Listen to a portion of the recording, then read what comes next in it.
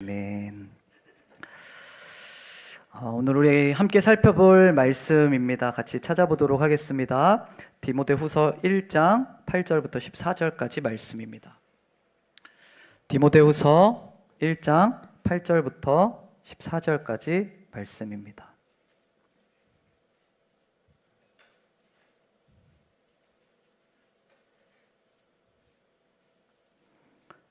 디모데후서 1장 8절부터 14절까지 우리 같이 한 목소리로 천천히 합독해서 읽도록 하겠습니다. 같이 읽겠습니다.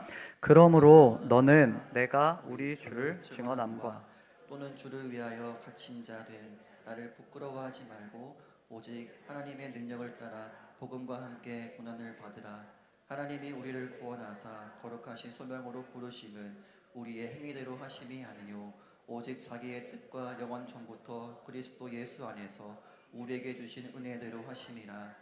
이제는 우리 구주 그리스도 예수의 나타나심으로 말미암아 나타났으니 그는 사망을 패하시고 복음으로써 생명과 썩지 아니할 것을 드러내신지라. 내가 이 복음을 위하여 선포자와 사도와 교사로 세우심을 입었노라. 이로 말미암아 내가 또 이 고난을 받되 부끄러워하지 아니함은 내가 믿는 자를 내가 알고 또한 내가 의탁한 것을 그날까지 그가 능히 지키실 줄을 확신함이라. 너는 그리스도 예수 안에 있는 믿음과 사랑으로서 내게 들은 바 바른 말을 본받아 지키고 우리 안에 거하시는 성령으로 말미암아 내게 부탁한 아름다운 것을 지키라. 아멘. 설교자로서 어려움을 느낄 때가 종종 있습니다. 커다란 맥락의 이야기를 전해야 될 때가 그때 중에 하나인 것 같습니다. 이곳에 모인 우리 모두 아까 기도하면서도 같이 기도했지만 각자의 삶의 자리에서 치열하게 하루를 살아오다가 이 자리 가운데 모여서 같이 말씀을 듣게 되어지는데 그렇게 힘겨운 나날을 살아온 우리들에게 커다란 오늘 우리가 같이 나누려고 하는 말씀이 그렇거든요. 복음에 대한 이야기를 전달하고 그 이야기를 같이 나누는 게 설교자로서 부담이 되는 것 같습니다. 이 말씀이 귀에 들릴까? 나는 이 말씀을 어떻게 들어야 할까? 우리 중에는 몸이 아프신 지체들도 있고 또 가족이 아프셔서 그것 때문에 굉장히 걱정하고 있는 하루하루를 보내고 계신 분들도 계실 텐데 그분들에게 이 복음의 이야기가 어떻게 들릴까? 그런 고민이 드는 것이지요. 그러나 성경이 말하고 있는 것은 제 이야기가 아니라 저도 너무 조심스럽고 걱정이 많지만 성경이 우리에게 말하고 있는 것은 우리가 진짜로 그 복음 앞에 바로 설 때에 그 하나님의 능력이 우리에게 임한다, 우리 이겨낼 수 있다라고 성경이 우리에게 이야기를 하고 있더라라는 거예요. 각자 처한 문제가 다를 것이고 각자 처한 어려움이 다를 것입니다. 그러나 저는 오늘 이 시간 굉장히 조심스러운 마음으로 걱정하는 마음으로 말씀을 준비하면서도 강단에 올라오기 전에 담대하게 선포해야겠다. 왜냐하면 저도 때로는 헷갈리고 저도 때로는 흔들리지만 성경이 우리에게 말하고 있는 진리는 우리의 문제는 다양할지라도 복음만이 그 하나의 정답이 되어진다라는 것을 성경이 우리에게 말하고 있기 때문입니다. 그래서 우리 같이 오늘 커다란 맥락 속에서의 복음에 대한 이야기를 같이 살펴보려고 해요. 그런데 오늘 나의 삶과 이게 무슨 상관이 있을까? 혹은 내가 어떻게 살아가야 될까? 물론 저도 그 부분에 대해서 더 구체적이고 더 자세하게 말씀을 나누고 싶지만 한정되어 있기도 하고 시간이 한정되어 있기도 하고 오늘은 그래서 좀 전체적인 맥락 속에서 말씀을 나눠보고자 합니다. 그래서 우리 말씀 나눌 때 집중해서 상황은 우리 다 어렵고 힘든 상황 가운데 있겠지만 복음이 정말 정답이 된다면 내 인생에 어떻게 정답이 되어질까? 내 인생에 어떻게 해답이 되어질까? 같이 나눌 수 있는 시간이 되기를 주님의 이름으로 축복합니다. 디모데 후서를 같이 읽었습니다. 디모데 후서 많은 배경들을 우리가 이야기를 할 수 있겠지만 오늘은 두 가지만 살펴보면 될 것 같아요. 하나는 사랑하는 아들과 같은 후배 디모데에게 사도 바울이 쓴 편지였다. 정말로 아끼고 정말로 사랑하는 후배 사역자였던 디모데에게 바울이 보내는 편지였다라는 사실 한 가지와, 한 가지는 이 편지가 신약에 기록된 사도 바울의 서신들 중 가장 마지막에 쓰여진 서신으로 학자들은 이야기를 합니다. 그래서 우리가 디모데후서를 이야기를 할 때 유언적인 편지다, 유언적인 편지다 라는 이야기들을 공통적으로 해요. 그러니까 이 두 가지 사실만 가지고도 우리는 이 사도 바울이 어떠한 마음으로 이 디모데 후서를 썼는지를 우리가 어느 정도는 이해할 수 있게 된다라는 거죠. 정말로 사랑하는 내 아들과 같은 디모데에게 내가 마지막으로 건네주는 말, 마지막으로 보내는 편지, 얼마나 이 사도 바울의 신앙에 정수가 담겨 있을지 우리가 이 두 가지 사실을 통해서 유추할 수 있게 되어진다라는 것입니다. 그 정수를 오늘 한 구절, 1절에서 한 구절을 만약에 꼽으라고 한다면 저는 8절을 꼽을 것 같습니다. 사실 오늘 말씀이 이 8절 한 구절에서부터 우리가 같이 한 구절, 이 한 단어 한 단어를 좀 살펴보면서 오늘 말씀을 나누고자 하는데, 그런 의미로 우리 8절 말씀만 좀 천천히 또박또박 생각하는 마음으로 우리 같이 한 번 더 읽어보도록 하겠습니다. 같이 읽겠습니다. 1장 8절 같이 읽읍시다. 시작. 그러므로 너는 내가 우리 주를 증언함과 또는 주를 위하여 갇힌 자 된 나를 부끄러워하지 말고 오직 하나님의 능력을 따라 복음과 함께 고난을 받으라. 오직 하나님의 능력을 따라 복음과 함께 고난을 받으라. 오직 하나님의 능력을 따라 복음과 함께 고난을 받으라. 이게 오늘 우리가 같이 말씀으로 나눌 세 가지의 대지가 됩니다. 성도의 삶, 우리의 삶은 어떠한 삶이 되어야 되는가? 사도 바울이 그 디모데에게 전해주고자 했던 성도로서, 물론 사역자이지만 그 이전의 성도로서 어떠한 삶을 우리가 살아가야 하는지에 대해서 세 가지로 같이 오늘 말씀 나누고 기도하는 시간 가지려고 합니다. 첫 번째는 우리 따라해 볼까요? 복음을 위해 삽시다. 잘 아는 이야기입니다. 복음을 위해 삽시다. 8절 우리가 같이 읽었던 말씀에도 그렇게 이야기를 하고 있죠. 오직 하나님의 능력을 따라 뭐와 함께? 복음과 함께 고난을 받으라. 사도 바울이 디모데에게 사랑하는 아들, 그 아들에게 마지막으로 권하는 그 말은 무엇이었냐면은 복음과 함께 살아가는 삶이었다라는 겁니다. 사실 원어를 살펴보면 복음과 함께라고 말할 때 이 함께는 복음에 붙는 단어가 아니라 뒤따라오는 고난이라는 단어에 붙여서 같이 사용되어지고 있기 때문에 오늘 우리는 이 본문을 새번역 성경이 번역하고 있는 것처럼 이렇게 이해할 수 있습니다. 복음을 위하여 고난을 함께 겪으십시오. 복음을 위하여 나와 함께 고난을 겪으십시오. 함께가 이제 뒤에 붙게 되는 거죠. 그렇다면 성도의 삶, 사도 바울이 이야기를 하고 있는 저와 여러분들의 삶은 어떠한 삶이 되어야 되냐면은 복음을 위한 삶이 되어야 된다라는 거예요. 복음을 위한 삶이. 여러분 믿으십니까? 그렇다면 복음이 무엇입니까? 우리는 복음을 위해서 살아가야 합니다. 그런데 그 복음이 무엇이냐는 거예요. 복음이라는 단어는 우리가 많이 듣고 많이 접하지만 정작 복음이 무엇인지를 설명하려고 하면 어디서부터 이 이야기를 시작해야 할지도 잘 모르겠고 막상 그 이야기를 시작해도 너무 장황한 이야기처럼 느껴지기도 한다라는 것이죠. 여러분, 복음이 무엇입니까? 우리가 사형리로도 이야기를 할 수 있을 거고 전도 폭발로도 이야기를 할 수 있을 것입니다. 그러나 오늘 말씀이 그 부분에 대해서 선명하게 이야기를 하고 있다라는 거예요. 9절과 10절에 사도 바울이 그 복음을 따라 살아가는 것, 복음을 위해 살아가는 것이 무엇인지에 대해서 설명을 하고 있습니다. 9절 말씀 우리 같이 눈으로 보시겠습니다. 하나님이 우리를 구원하사 거룩하신 소명으로 부르심은, 두 가지 동사를 이야기를 하고 있죠. 구원에 대해서 설명하고자 하는 그 사도 바울이 우리에 관한 두 가지 단어를 이야기를 하고 있다는 겁니다. 그게 무엇이냐면 하나는 구원이고, 구원하사, 구원이고, 하나는 부르심은 부르심이다 라는 거예요.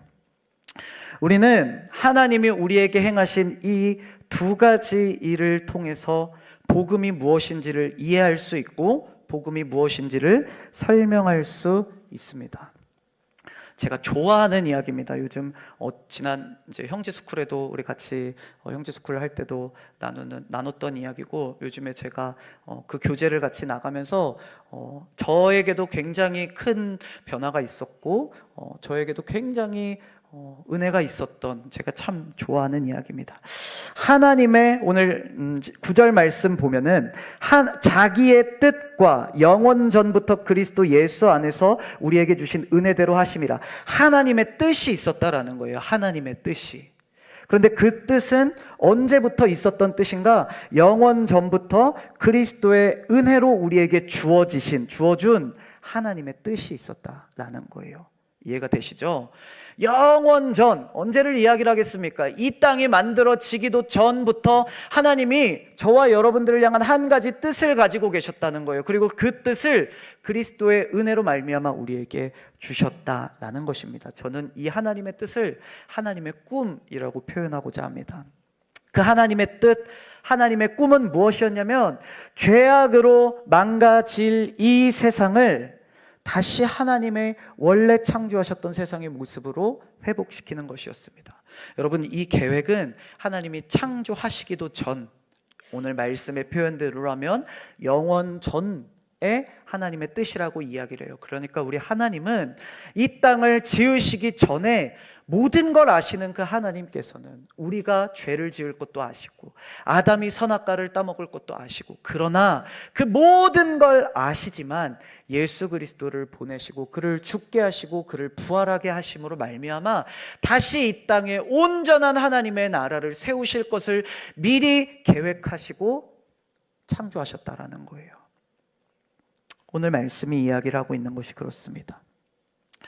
하나님의 꿈은 지어지지도 않은 그 세상, 그런데 그 세상이 죄로 인해 망가지게 될 것이고 그 망가진 것을 다시 회복시켜서 내가 원래 창조하고자 했던 그 세상, 에덴 동산에서의 죽음도 없고 아픔도 없고 고통도 없고 기쁨과 행복으로 가득한 그 세상으로 다시 내가 회복시키겠다라는 그 뜻을 가지고 계셨다라는 것입니다. 이를 위해서 우리에게 예수 그리스도를 보내주셨습니다.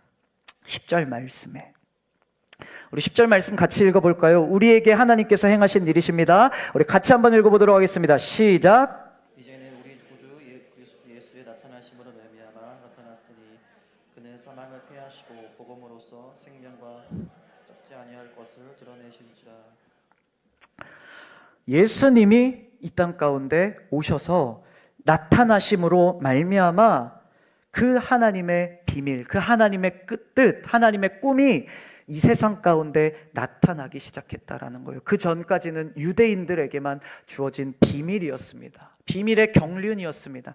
근데 예수 그리스도로 말미암아 그 뜻이 온 세상 사람들이 온 세상을 예수 그리스도가, 하나님이 다시 회복시키기를 원하시는구나. 예수님이 나타나심으로 말미암아 그 하나님의 뜻이 온 세상 가운데 나타나게 되어졌다라는 것이죠. 그 나타나신 뜻이 무엇입니까? 사망을 패하고 복음으로써 생명과 썩지 아니할 것을 나타내셨다라는 거예요. 모든 죽음 하나님이 이기시고 죽음이 없었던 원래의 그 아름다운 하나님 나라로 다시 회복시켜 가실 것을 예수님이 나타내셨다라는 것입니다. 예수님도 그 하나님의 꿈을 쫓아 이 땅 가운데 오셨습니다. 하나님이 원하시는 그 뜻을 이루기 위하여 이 땅 가운데 오셔서 죽으시고 십자가에 못 박히시고 그 다음에 부활하셔서 승천하게 되신 것이에요. 그리고 부활하고 승천하시면서 온 세상을 회복시키고자 하신 그 사명을 교회에게 맡기십니다. 교회에게 맡기십니다. 개개인이 아니라 그 사명을 예수 그리스도의 몸된 교회에 맡기고 계시다라는 것입니다. 구원과 부르심, 우리가 두 가지를 살펴보고 있습니다. 구원과 부르심이 복음의 전부는 아니지만 우리가 이 구원과 부르심이라는 이 하나님의 우리에게 행하신 이 일들을 통해서 복음이 무엇인지를 그려볼 수 있게 되는 것이고, 지금 그 복음이 무엇인지 그려보는 과정을 우리가 그리고 있는 것입니다. 여러분, 우리는 따라해 보실까요? 복음의 대상이자 동시에 복음의 동역자다. 무슨 얘기입니까? 하나님의 꿈에 우리는 대상입니다. 왜요? 하나님이 회복시키고자 하시는 그 온 세상에 우리가 포함되어 있기 때문이에요. 하나님은 우리를 회복시키시기를 원하십니다. 그러나 하나님 단순히 우리만 천국 가고 우리만 기뻐하고 나만 행복한 인생을 사는 것, 그것만을 위해서 십자가 지신 것은 아니시다라는 거예요. 하나님은 처음부터, 영원 전부터 온 우주, 죄로 인해 무너져버린 이 우주를 다시 하나님의 나라로 회복시키고자 하시는 계획을 가지고 계셨다라는 거예요. 그래서 구원받은 우리를 하나님의 동역자로 사용해 주시는 것입니다. 무엇을 통해서요? 예수님이 올라가시고 그 예수님의 몸으로서 이 땅 가운데 남겨둔 교회의 일원으로서 우리를 불러주심으로써 우리도 복음의 대상이면서 동시에 복음의 동역자로서 그 하나님의 꿈에 동참할 수 있게 되어졌다라는 것입니다. 그래서 우리가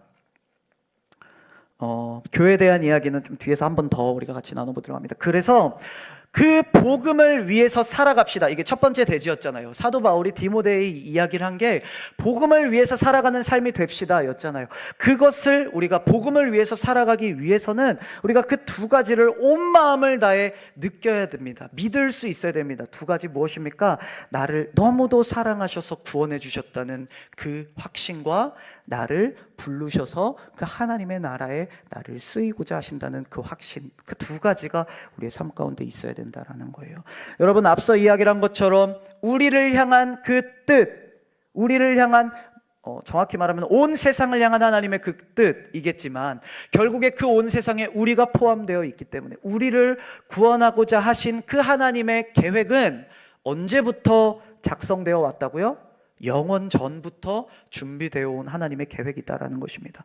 여러분, 이게 이 시간이 상상이 되십니까? 영원 전부터 나를 생각하면서 그 계획을 이뤄오고 계셨던 그 하나님, 그 시간이 상상이 되십니까? 요즘에는 잘 그런 선물을 하지는 않지만 제가 중학교 때까지만 해도 종이학을 접어서 좋아하는 사람들에게 선물하는 일들이 있었던 것 같습니다. 쟤네들 웃는데 쟤네들은 이제 모르는 이야기죠. 저 중학생, 고등학생들인데 어른들은 종이학 줘보신 적 있으시잖아요, 그죠? 없으신가요? 여러분, 근데 그거 종이학을 접어서 주는 거 그게 사실 무슨 의미가 있습니까? 그거 어디다 쓸 수 있는 것도 아니고 팔아서 돈이 되는 것도 아니고 기능적으로는 아무 의미가 없는 거예요. 그런데 그 선물을 받고 우리들 저는 아니죠. 어른 성도님들 젊었을 적에 감동받으신 적들이 있으시잖아요. 감동받는 이유가 무엇입니까? 그 이유가 무엇입니까? 나를 위해서 자신의 시간을 들여서 이 선물을, 이 이벤트를 준비해 줬다는 그 사실로부터 이 사람이 나를 얼마나 사랑하는지를 우리가 느끼게 되기 때문이라는 거예요. 비싸지도 않습니다. 기능에 능력이 있는 것도 아닙니다. 그러나 그냥 그 나를 위해 드린 그 시간과 그 노력이 저 사람이 나를 얼마나 사랑하는지를 느끼게 해주더라라는 거예요. 우리를 향한 이 관점에서 우리 한 번 더 생각해 봅시다. 우리를 향한 하나님의 이 계획은 영원 전부터 오늘 이르기까지, 아니 더 나아가서 우리가 온전한 구원을 받아 하나님 앞에 갈 때까지 그 모든 시간을 하나님께서 준비하시고 하나님께서 이루어 가시고 계시더라라는 거예요. 우리가 그렇게 달라고 했나요? 우리가 그렇게 해달라고 했나요? 아니요. 우리는 존재조차 하지 않았을 때 하나님이 이미 우리를 택하시고 작정하시고 우리를 그 사랑으로 준비시켰다라는 거예요. 그 계획대로. 하나님이 우리를 얼마나 사랑하시는지를 우리가 비록 그 영겁의 시간을 상상할 수는 없지만, 영원의 시간을 상상할 수는 없지만 어렴풋이나마 느낄 수 있게 되어진다라는 것입니다. 그런데 여러분, 그럼에도 불구하고 성경이 우리에게 그 사랑을 이야기하고 약속해주고 있음에도 불구하고 우리는 그 사랑을 온전히 누리지 못하고 살아갈 때가 참 많이 있습니다. 하나님 나를 사랑하신다는 이야기는 많이 들어왔지만 신앙생활을 하면서 때로는 우리가 무너질 때, 우리가 영적으로 넘어질 때, 연약해질 때 이런 내 모습까지는 하나님이 사랑하시지 않을 거야 라고 생각해버릴 때가 있더라라는 것이죠. 자, 복음을 위해서 살아가는 삶, 이를 위해서 두 가지, 구원과 부르심을 기억하고 붙잡고 살아가야 되는데 우리가 이 구원의 감격을, 구원의 그 사랑을 잃어버릴 때가 있더라는 거예요. 사탄은 계속 우리에게 그 작업을 합니다. 너가 그런 상태로 무슨 예배를 드려? 네가 그런 모습으로 무슨 목자를 해? 네가 그런 모습으로 무슨 사역을 하고 네가 그런 모습으로 어떻게 하나님 앞에 나와서 기도를 해? 그 모습까지는 하나님이 너 사랑해 주실 수 없어. 그런데 우리가 그 부분에서 흔들리기 시작하면 복음을, 그 하나님 나라를 위한 그 길, 그 여정을 시작조차 할 수가 없게 되어진다라는 것입니다. 그래서 여러분, 우리의 마음에 그 그리스도의 사랑, 흔들리지 않는 사망도 죽음도 천사도 그 어떤 세상의 권세도 끊을 수 없다 약속하신 하나님의 그 사랑을 굳게 믿으며 갈 수 있는 저와 여러분들 되기를 주님의 이름으로 축복합니다. 그런데 여러분, 우리가 간과하면 안 되는 것이 있습니다. 복음을 위해 살아가는 그 삶에는 이 구원만 있지 않다라는 거예요. 그 큰 사랑으로 말미암은 구원뿐만 아니라 뭐도 포함이 되어 있습니까? 부르심도 이 구원을 위한 삶에 포함이 되어져 있다라는 것입니다. 너무도 그 큰 사랑, 그 구원 앞에서 우리는 우리의 책임, 부르심을 간과할 때가 있습니다. 교회로부터 누리는 은혜, 위로 너무 좋아요. 교회에서 만나는 사람들도 좋고 함께하는 시간들도 행복하고 너무 좋아요. 그런데 여전히 내 삶은 내가 원하는 대로 살아가요. 여러분, 이 말이 단순히 나쁜 일을 한다거나 범죄를 저지르며 살아간다라는 그런 의미가 아닙니다. 그냥 말 그대로 복음을 위해서가 아니라, 부르심을 따라서가 아니라 나를 위해서 살아가고 있다면 그것은 그 복음의, 우리가 아까 얘기했던 것처럼 우리는 복음의 대상이고 복음의 동역자인데 그 구원은 우리가 누리면서 부르심은 우리가 저버린 채 살아가고 있다면 어쩌면 그 복음의 대상도 복음의 동역자도 될 수 없을 수 있다라는 것입니다. 무슨 말인지 이해가 되시죠? 구원과 부르심을 사도 바울은 동전의 양면처럼 같이 이야기를 하고 있다라는 거예요. 우리에게는 구원이 있습니다. 할렐루야. 마찬가지로 우리에게는 부르심이 있다라는 거예요. 부르심이 있다. 한 발짝만 더 들어가 봅시다. 아까 교회에 대한 이야기를 우리가 같이 나눴습니다. 예수님께서 부활 승천하시면서 그 사명을 개개인이 아니라 교회에 맡겨주셨다. 우리가 같이 이야기를 나눴습니다. 육신의 몸을 입고 이 땅 가운데 오신 예수님은 승천하셔서 이제 더 이상 볼 수 없습니다. 육신의 몸을 입고 오신 예수님은 볼 수 없지만, 그렇지만 이 땅 가운데 그의 몸, 예수 그리스도의 몸, 교회를 이 땅 가운데 남겨두신 것입니다. 예수님이 육신으로서 더 이상 이 땅 가운데 일하시지 아니하시지만 그의 몸인 교회에 그의 영인 성령을 보내셔서 여전히 이 땅 가운데서 하나님의 꿈을 위한 일을 지금도 행하고 계시다라는 것입니다. 에베소서 1장 20절부터 23절까지 말씀입니다. 제가 읽겠습니다. 그의 능력이 그리스도 안에서 역사하사 죽은 자들 가운데서 다시 살리시고 하늘에서 자기의 오른편에 앉히사 모든 통치와 권세와 능력과 주권과 이 세상뿐 아니라 오는 세상에 일컫는 모든 이름 위에 뛰어나게 하시고 온 세상에 그 예수 그리스도의 이름을 뛰어나게 하시겠다라는 것입니다. 22절 또 만물을 그의 발 아래 복종하게 하시고 그를 우리 같이 읽어볼까요? 같이 읽읍시다. 시작. 그를 만물 위에 교회의 머리로 삼으셨느니라. 23절도 같이 읽읍시다. 시작. 교회는 그의 몸이니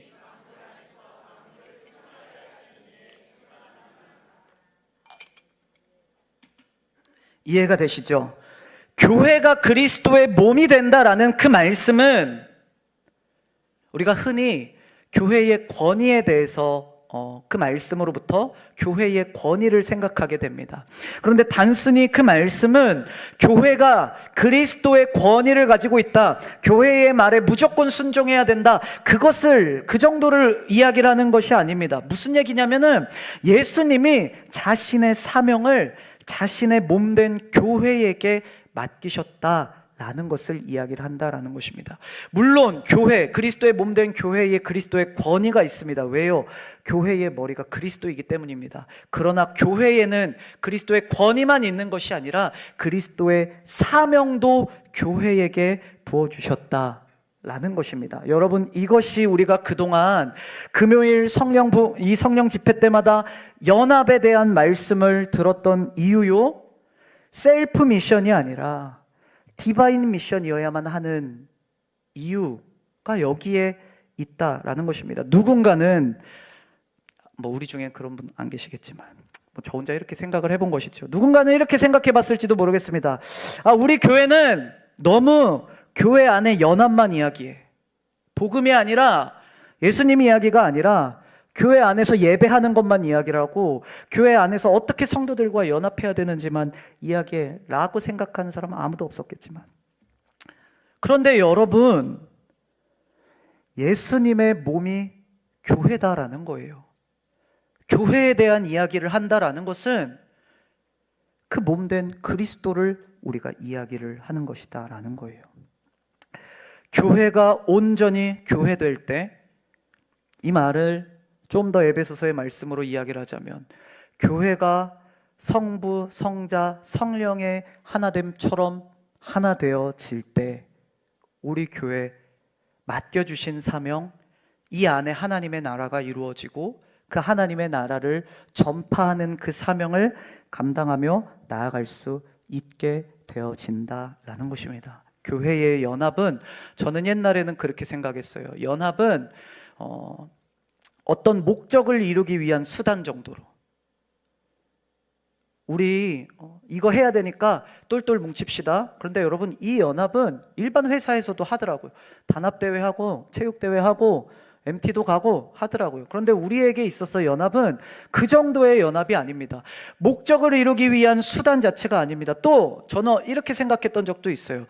은혜 받은 거에 대한 결과, 열매가 연합이구나. 물론 맞는 이야기지만 그냥 따라오는 것 정도로만 생각할 것이 아니더라라는 거예요. 연합 자체가 목적이 되고 교회의 이유가 되어진다라는 거예요. 왜요? 하나님 나라가 무엇입니까? 하나님의 통치가 임하는 곳인데 세상 어디에 하나님의 통치가 임하겠습니까? 주님이 머리 되시고 주님의 몸된 우리 교회 이 안에서 하나님의 통치가 임하게 되어지고 이 안에 하나님의 나라가 연합을 통해서 이루어지게 되는 것이기 때문입니다. 그래서 여러분, 우리의 삶이 구원뿐만 아니라 부르심, 특별히 여기서 말하는 이 부르심, 단순히 우리 찬양으로 많이 고백하잖아요. 오늘도 했던 찬양, 날 부르신 뜻 내 생각, 그냥 이 부르심은 내가 커서 뭐가 되고 내가 어떤 일을 하고 내가 그 정도의 하나님의 부르심은 그 정도가 아니더라라는 거예요. 하나님이 영원 전부터 준호는 나중에 40살 때 물론 하나님의 섭리 가운데 있겠지만 하나님의 그 부르심은 하나님 나라를 향해 쓰임 받을 부르심이 저와 여러분들 안에 있다라는 것입니다. 한 번 더 따라해 봅시다. 우리는 복음의 대상이자 복음의 동역자다. 우리는 구원받은 동시에 부르심을 받았다. 그래서 우리는 복음을 위해서 살아가야 된다라는 것입니다. 그 나를 구원해 주신 하나님의 은혜, 그 사랑에 감격하며 날 부르신 하나님 앞에 순종하며 복음을 위해서 살아가야 된다라는 것입니다. 두 번째, 사도 바울이 디모데에게 권면을 하고 있는 내용입니다. 8절에 우리 계속 읽었지만 오직 하나님의 능력을 따라 복음과 함께 무엇을 이야기를 합니까? 고난을 받으라. 고난을 받으라. 처음에 얘기 드렸죠. 설교자로서 마음이 어려울 때가 있다. 이럴 때가 또 그렇습니다. 고난을 받으라. 고난을 받으라. 고난을 받으라. 그런데 성경은 애석하게도 복음을 위해 산다는 것은 마땅히 고난받는 삶이라고 이야기를 합니다. 지금 사도 바울의 상황을 보면 복음을 위해 살며 고난을 받으라라는 이야기가 더 와닿게 느껴집니다. 그는 지금 로마의 감옥에 투옥되어 있습니다. 다른 이유가 아니라 복음을 전하다가 그곳에 잡혀가게 되었습니다. 2장 9절에 보면, 디모데후서 2장 9절에 보면 복음을 위하여 제수같이 매였으나라고 기록하고 있습니다. 사도 바울이 이렇게 구금된 적이 처음은 아니지만 그 이전에는 가택에서 자기 집에서 보다 더 자유롭게 구금이 되었었더라면 이번에 이 디모데후서를 쓰고 있는 지금 이 시점에서는 정말로 죄인과 같이, 죄수와 같이 감옥에 갇혀 있음을 이야기를 하고 있다라는 것입니다. 또 4장 6절에는 사도 바울이 이렇게 이야기를 합니다. 나의 떠날 기약이 가까웠다. 디모데에게 이야기를 하는 것이죠. 사형을 앞두고 있는 상황임을 사도 바울이 이야기를 하고 있다라는 거예요. 그런 바울이 이렇게 말합니다. 복음을 위해 고난을 받으라. 죽음을 앞둔 바울이 이야기를 하는 나와 함께 고난을 받으라. 이 엄숙한 메시지를 우리 중에 누가 담대하게 순종하며 나아갈 수 있을까요?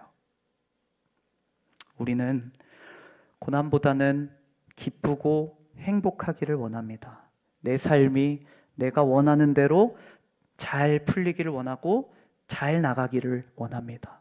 내가, 우리 가정이 보다 평안하기를 원합니다. 우리가 오늘 하루 행해왔던 선택들 하나하나 그 동기를 살펴보면 우리 이 사실을 좀 더 분명히 알 수 있습니다. 우리 치열하게 살다가 이 자리 가운데 모였는데 오늘 무엇을 위해서 우리는 공부했습니까? 우리 무엇을 위해서 일해왔습니까?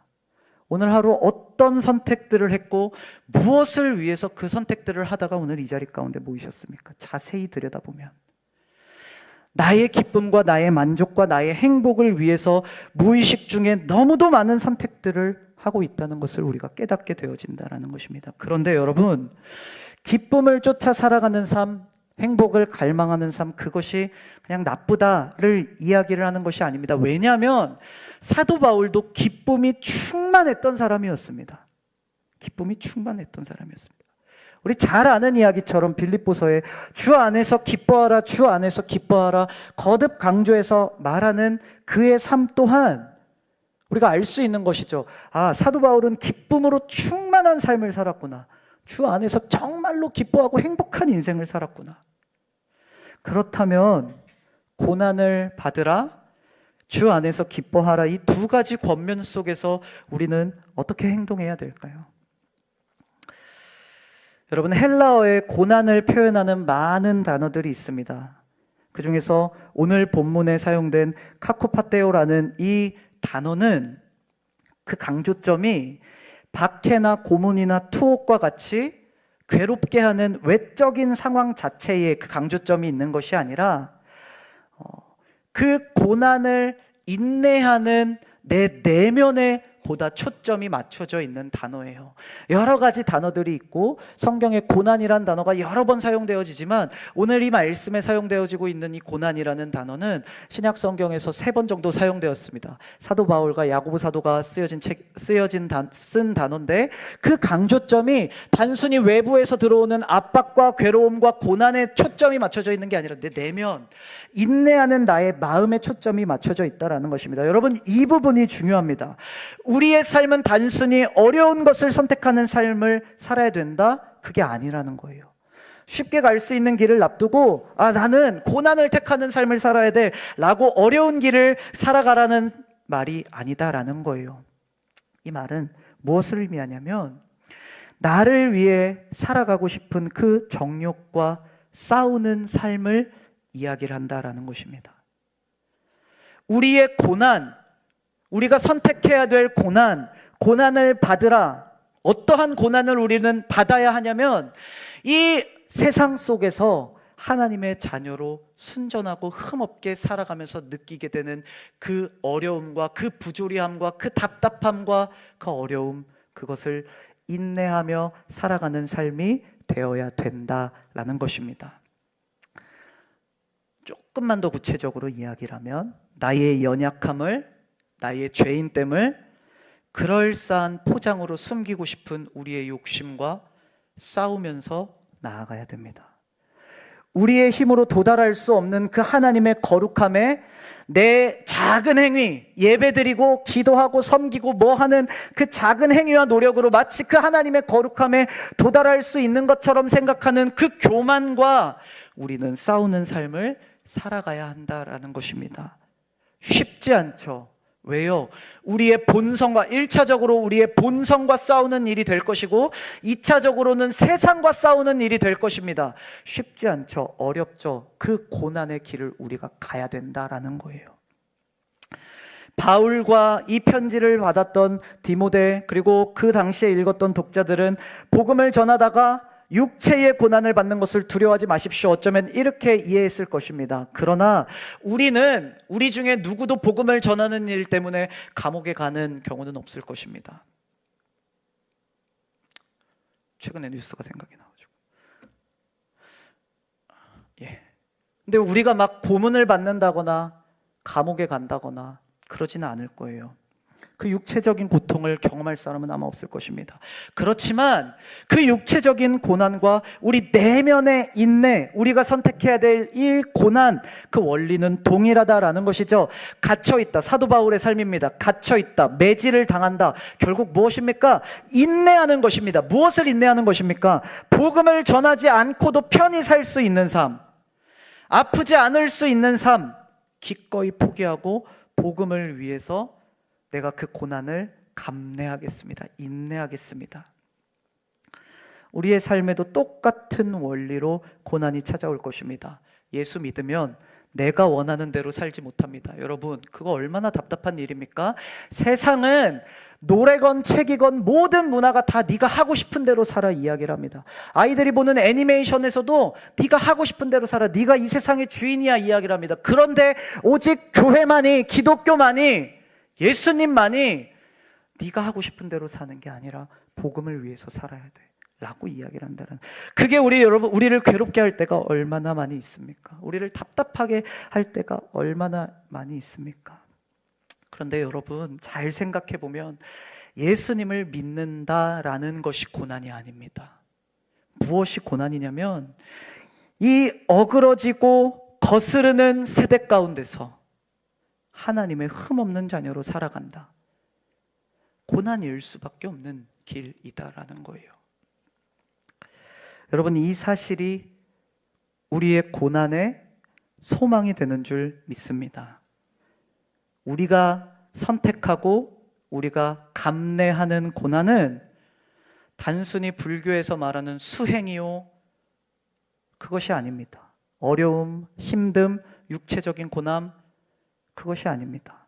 하나님의 꿈, 그 하나님의 나라가 회복되어지는 그 꿈, 그것에 우리를 동참시키시는 그 일로부터 우리 안에 생기게 되는 당연한 어려움, 이다라는 것입니다. 그래서 여러분, 우리는 그 안에서 기뻐할 수 있게 되는 것입니다. 우리가 틀린 게 아니에요. 세상이 어그러지고 거스르는 세대인 것입니다. 우리는 그 하나님의 꿈을 받들어서 하나님의 복음을 위해 살아가는 그 삶을 살아가면 세상과 부딪힐 수밖에 없는 거예요. 죄인 땐 우리의 마음과도 자꾸 부딪힐 수밖에 없는 거예요. 그러나 우리의 고난은 그냥 믿지 않는 자들의 고난이랑 다릅니다. 우리의 고난은 바른 곳으로 향하고 있는 자들의 고난이기 때문입니다. 그것이 우리에게 소망이 되고 기쁨이 되어질 수 있는 것입니다. 사도 바울이 고백하는 것처럼 우리는 무명한 자 같으나 유명한 자요, 죽은 자 같으나 살아있고 징계를 받는 자 같으나 죽임을 당하지 아니하고, 마지막에 이렇게 이야기를 합니다. 근심하는 자 같으나 항상 기뻐하는 자인 것입니다. 여러분, 그 두 가지 사도 바울의 명령 앞에 우리는 그 역설적인 두 가지 이야기가 이해가 되기 시작하는 것입니다. 우리 고난을 선택하는 삶을 살아갈 것입니다. 그러나 우리의 인생 주 안에서 기뻐할 것입니다. 할렐루야, 할렐루야.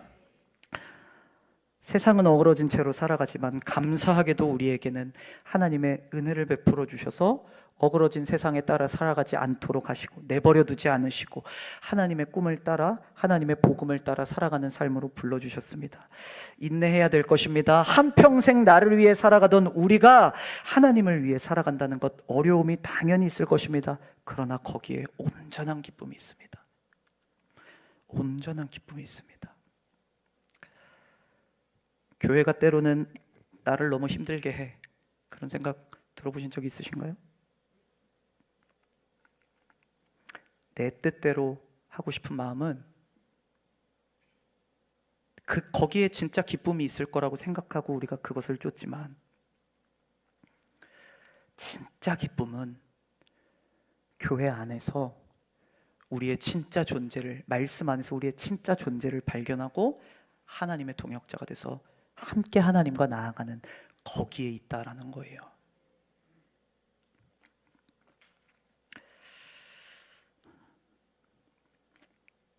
우리가 이를 믿는다면 담대히 고난을 선택할 수 있을 줄 믿습니다. 고난 중에도 세상은 발견할 수 없는 기쁨과 행복을 경험하며 살아가게 될 줄로 믿습니다. 마지막 세 번째입니다. 하나님의 능력을 경험하는 삶을 살아갑시다. 하나님의 능력을 경험하는 삶을 살자는 거예요. 우리 여러 번 읽었죠? 8절 마지막에 오직 하나님의 능력을 따라 복음과 함께 고난을 받으라. 하나님의 능력을 따라. 감사한 것은, 여러분, 그 고난 앞에 선 우리에게 감사한 것은 이미 구원받은 우리에게 하나님이 하나님의 능력을 이미 부어주셨다라는 거예요. 7절 말씀인데요, 우리 같이 한번 읽어보도록 하겠습니다. 7절 같이 읽읍시다. 시작. 하나님이 우리에게 주신 것은 두려워하는 마음이 아니요 오직 능력과 사랑과 절제하는 마음이니. 하나님이 이미 우리에게 그 능력을 주셨습니다. 할렐루야. 무엇을 주셨냐? 두려워하는 마음, 그 고난을 두려워하지 않을 수 있는 마음을 우리에게 주셨고, 두 번째, 능력을, 그 고난을 실제적으로 승리할 수 있는 능력을 우리에게 주셨고, 할렐루야. 우리의 모든 아픔, 질병, 고통, 괴로움, 그 능력 안에서 해결되어질 줄로 믿습니다. 그 능력을 이미 우리에게 주셨다는 거예요. 그 능력을 우리에게 주셨고, 또 무엇을 주셨습니까? 사랑을 주셨다. 하나님을 사랑하고 그 하나님이 사랑하시는 이 세상을 사랑할 수 있는 그 사랑을 우리에게 주셨다. 마지막으로 절제, 복음을 위해서 나를 위한 것들을 절제할 수 있는 마음을 부어주셨다라는 거예요. 여러분, 그렇게 우리가 이 길을 걸어갈 수 있는 것입니다.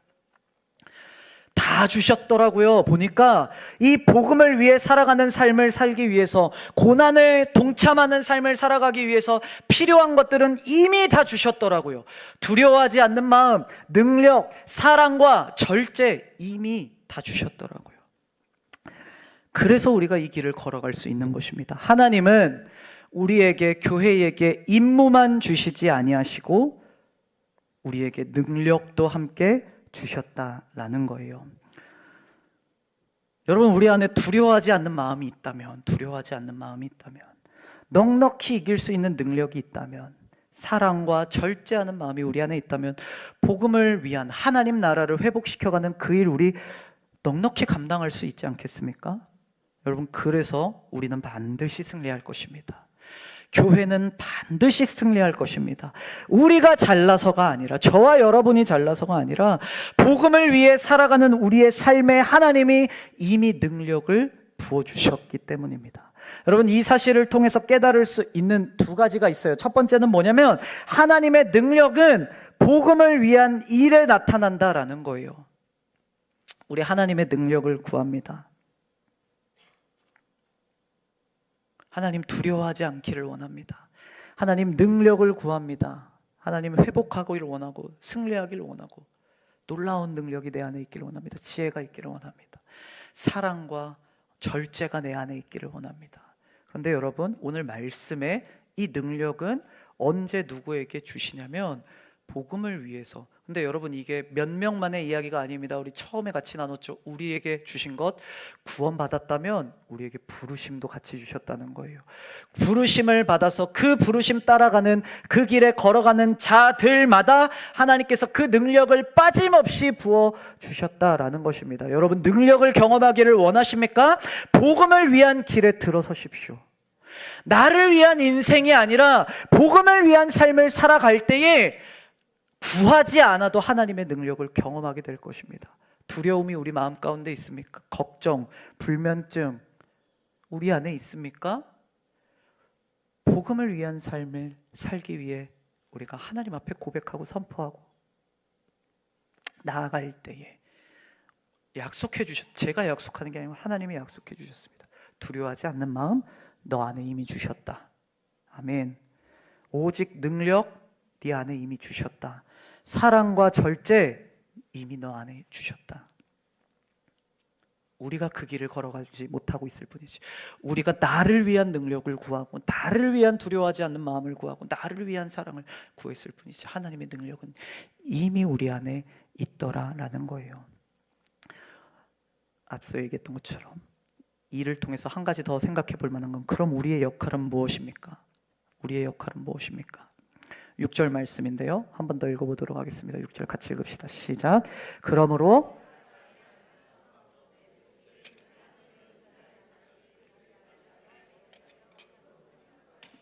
우리 안에 뭐가 있다고요? 하나님의 은사가 있다고요. 그런데 그 은사를 사도 바울이 디모데에게 이렇게 이야기해요. 나의 안수함으로 네 속에 있는 그 하나님의 은사, 그 능력을 다시 부릴 듯하게 하기 위하여 너로 생각하게 하노니. 그 말은 무슨 얘기입니까? 우리 안에 있는 이 능력, 마치 불처럼 때로는 활활 타올랐다가 때로는 차갑게 식을 때도 있더라는 거. 물론 있을 거예요. 불씨가 우리 안에 있을 거예요. 그러나 때로는 이 능력이 우리 안에 사그라들어져 있을 때가 있더라라는 것입니다. 우리의 역할은 무엇입니까? 그 은사에 계속해서 불을 붙이는 거예요. 하나님의 능력에 계속해서 불을 붙이는 거예요. 복음의 길을 걸어감으로, 고난에 동참함으로 내 안에 있는 그 하나님의 열정, 그 하나님의 능력, 거기에 계속 불을 붙이는 거예요. 하나님, 이 일을 하기 위해 더 큰 하나님의 능력이 필요합니다. 복음을 위한 이 일에 더 큰 하나님의 사랑이 필요합니다. 계속해서 이 안에 불을 붙이는 거예요. 사도 바울이 13절 14절에 부분에 대해서 이야기를 합니다. 어떻게 불을 붙일 수 있는가? 13절 14절 제가 읽겠습니다. 너는 그리스도 예수 안에 있는 믿음과 사랑으로서 내게 들은 바 바른 말을 본받아 지키고, 말씀을 본받아 지키고, 14절 우리 안에 거하시는 성령으로 말미암아 내게 부탁한 아름다운 것을 지키라. 할렐루야. 불일 듯이 하기 위해서 우리에게 필요한 두 가지 모습, 바른 말을 본받아 지키고, 하나님의 그 말씀을 본받아 지키고, 성령으로 말미암아, 성령으로 충만하여져서 그 능력 갖추라 라는 거예요. 세 가지를 살펴봤습니다. 저는 이 공과책에서 이 복음에 대한 내용을 묵상하고 또 더 연구를 하면서 물론 들은 얘기고 아는 얘기였는데 왜 그렇게 충격을 받았는지 모르겠어요. 나 혼자만을 위한 구원이 아니더라고요. 그냥 나 한 사람 좋은 사역자가 되고 그거면은 됐단다, 그게 아니더라고요. 하나님은 구원하심과 동시에 나에게 하나님이 꾸시는 그 꿈을 나에게도 주셨더라고요. 하나님의 나라를 회복시켜 가기를 원하시는구나. 제가 설교 서두에 얘기했던 것처럼 그럼 어떻게 우리 해야 되는가 막 다 말씀드리고 싶지만 뭐 다음에 기회가 되면은 구체적인 것들 교회 안에서 또 뭐 전도에 대해서도 같이 이렇게 나눌 수 있게 되면 좋겠는데, 어찌 됐건 우리가 오늘 이 말씀을 통해서 기억하기를 원하는 것은 그것입니다. 우리는 복음의 대상이자 하나님께서 우리를 구원하시기 위해 영원 전부터 계획하신 그 복음의 대상이자 복음의 동역자가 되어진다. 우리에게 구원과 부르심이 있다. 그리고 그 삶은 고난을 받는 삶이 될 것이다. 고난, 어떤 고난입니까? 그냥 우리를 어렵게 하는 고난이 아니라 어그러진 세상 속에서 순전하고 흠없는 그리스도의 자녀로 살아가는, 거기서부터 오는 그 괴로움, 내 정욕과 싸우는 그 괴로움, 그 괴로움이, 그 고난을 우리가 선택하는 삶을 살아가야 될 것입니다. 그러나 소망이 되는 이유는, 우리가 기뻐할 수 있는 이유는 그것이 복음을 위한 일이기 때문이기도 하고, 마지막으로 우리에게 그 일을 넉넉히 감당할 수 있는 능력을 이미 부어주셨기 때문이라는 거예요. 그래서 우리 부릴 듯 한다면 여러분, 우리 교회 블레싱 코리아 할 수 있습니다. 할 수 있습니다. 할 수 있습니다. 대전의 성시와 할 수 있습니다. 아니, 교회만이 할 수 있습니다. 왜요? 예수님이 교회에게 그 사명을 주시고 교회에게 그 능력을 주셨거든요. 기쁨으로 우리 그 교회를 부르신 하나님의 뜻에 동참하며 나아갈 수 있게 되기를 원합니다. 고난 가운데 계신 성도님들 우리 가운데 있을 줄로 압니다. 어렵겠지만, 힘들겠지만 우리 복음을 위해서 살아가는 그 길에서 하나님의 무수한 능력을 경험하게 되기를 주님의 이름으로 축복합니다. 우리의 힘으로 할 수 없는 일들 하나님의 능력으로 하실 것입니다. 우리의 삶이 정말 하나님의 나라를 꿈꾸는 삶이 된다면. 우리 같이 찬양하고 기도하고 마치고자 합니다. 우리 잘 아는 찬양인데, 원하고 바라고 기도합니다 라는 이 찬양 같이 고백하려고 합니다.